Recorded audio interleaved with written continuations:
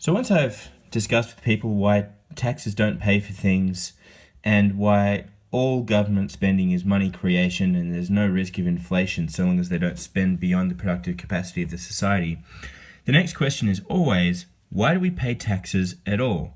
If the government creates money when it spends and taxes don't pay for things, what the hell do we pay taxes for?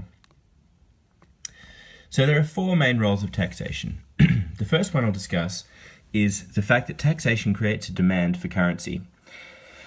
That might sound weird, but if you think about it, I can create my currency. It's called a dooley buck.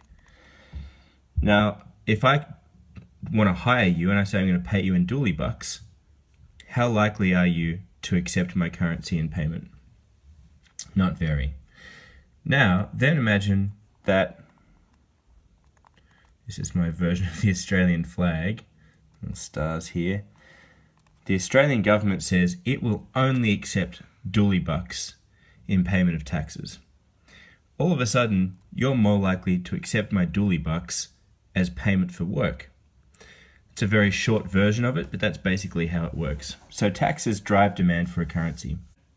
But in an economy like Australia's, where we are already heavily monetized and there's lots of demand for the Australian dollar, the role of creating demand for our dollar is kind of a secondary role. We don't really need taxation to create demand for the Australian dollar every single day.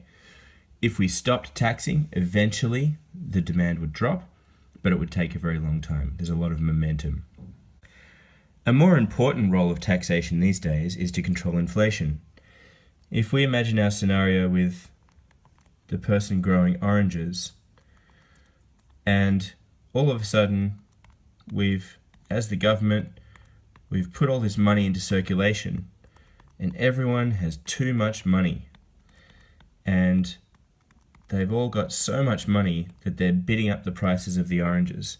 They're saying, I'll pay $3, I'll pay $100, and the prices of oranges is spiraling out of control. What we can do is get rid of some of that money, and that stops people from being able to spend so much, and it helps to control inflation. So that's another role of taxation, to control inflation. It's also very useful to control inequality. If we have our oranges, and this person here has figured out a way to make all the money. They run an investment bank, and they're getting too much money. And all these people have nothing. They can't buy any oranges, and this guy's just buying all the oranges. We can tax this person and spend some money in here to even things out a little bit so that people can all get some oranges.